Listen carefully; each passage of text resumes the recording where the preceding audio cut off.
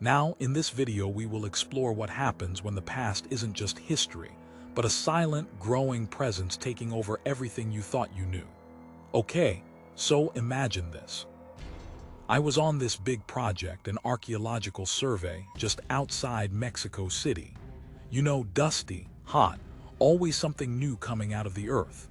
My job was like sorting the pieces, figuring out what they told us about the old Aztec ways. It was exciting, you know. Just me, the team, and a whole lot of dirt and history. Nothing weird, nothing spooky. Not at first anyway. It started really slow. Just little things. My colleague David, he was always so precise, you know. Always had his notes perfect. But then he started getting distracted. He'd just stare at the sun for a really long time, like he was trying to understand something really deep about it. Not just enjoying the warmth, but like studying it, you know. And if you asked him what he was looking at, he'd just blink and then say, nothing, just thinking. But his eyes, they looked different, a bit empty maybe. Like the David I knew was still there, but a tiny piece of him had just floated away. Then Maria, another team member, she started doing this weird thing with her hands. She traced patterns on the dusty ground. Patterns that looked really familiar, like the symbols we'd find on old pots, but she wasn't even looking at them.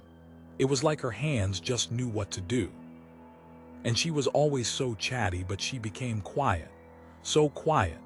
Sometimes I'd see her just sitting, perfectly still, watching the distant mountains, almost like she was waiting for something, or someone.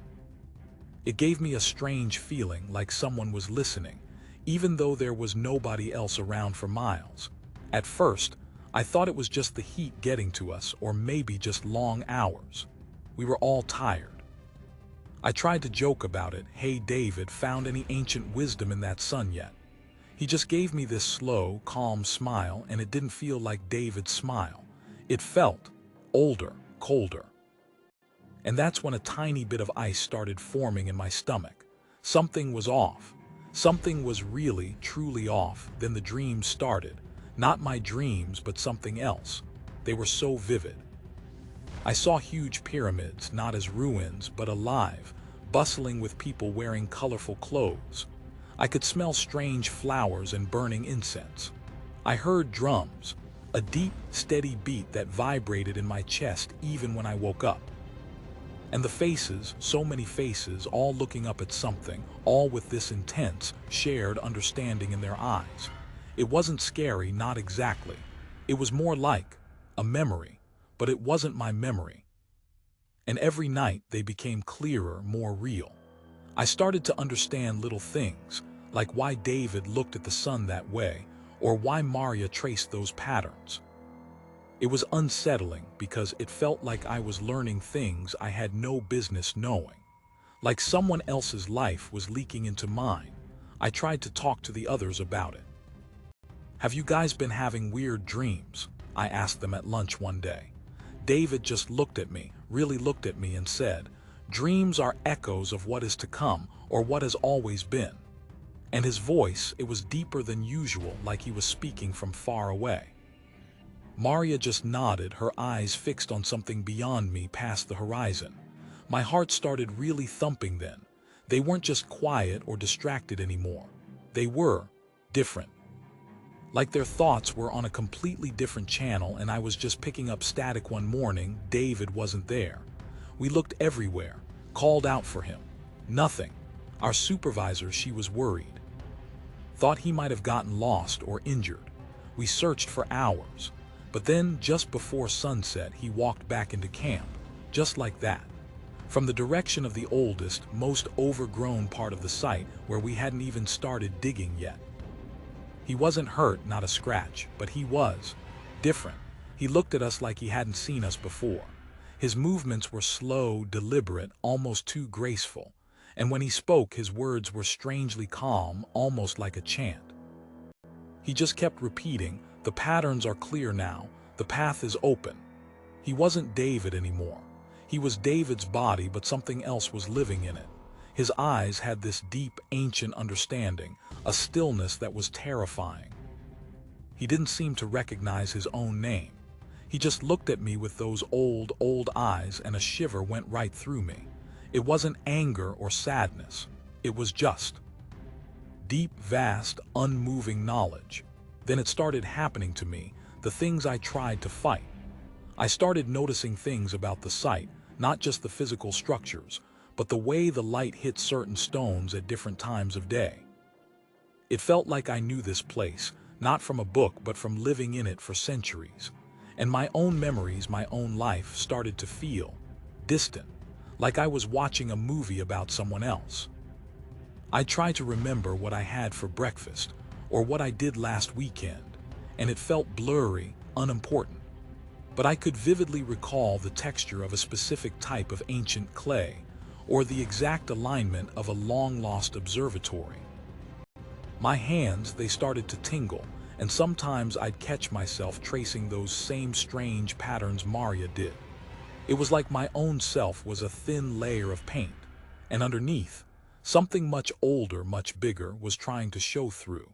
I tried to write it down, to keep a journal, to prove to myself I wasn't losing my mind. Today, I almost called David by a different name, a name that sounded like stones rubbing together. It wasn't his name, it was an old sound.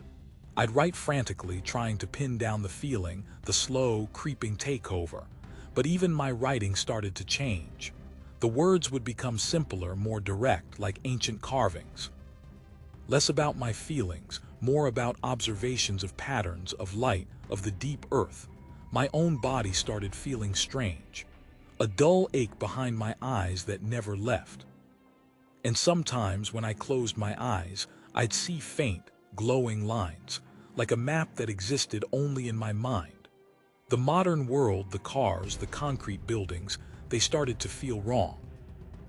Like a temporary overlay on something much more real and permanent underneath. I'd walk through the busy streets of the city, and everything felt flimsy, transparent. I could almost see the old city, the actual one, right there, just shimmering beneath the surface. It was like the world was peeling away and I was seeing its true, ancient face. I knew I was changing. I could feel it deep inside. The individual me, the person with hopes and fears and a favorite coffee shop, that person was fading. Becoming less important, replaced by a calm, ancient knowing. It wasn't scary anymore, not like before. It was just inevitable, like breathing. There was a sense of belonging, a profound rightness in it. Like I was finally remembering who I truly was, or rather, who I was meant to be, a part of something vast and eternal. I saw Maria now, and she looked different too. She moved with this quiet grace, and when our eyes met, there was no recognition of our shared past, only this deep, silent understanding, like we were both part of the same thing. And David, he never spoke words anymore, just made these low, guttural sounds, almost like the earth breathing, but somehow I understood. I understood him perfectly. It wasn't a language, not really. It was a shared knowing, a silent communication of something incredibly old. I looked in the mirror this morning. My reflection seemed too still. My eyes, they weren't my eyes anymore. They were dark, deep, and held that same unmoving, ancient knowing I'd seen in David's. There were faint, almost imperceptible lines on my skin, just like the ones I'd traced on the ground. And my thoughts, they weren't just mine. They were echoes of so many others, so many forgotten lives, all humming together in perfect harmony. It felt less like a mind and more like a collective memory, deep and wide, stretching back through time, anchored right here, in this ancient land. There's no trying to remember my old life now. It's not important. The sun feels warm on my skin and the patterns of the earth are clear, and I'm ready to wait, ready to remember all of it. What do you think is happening here? Share your thoughts below. Want more stories that twist your mind? Follow for more.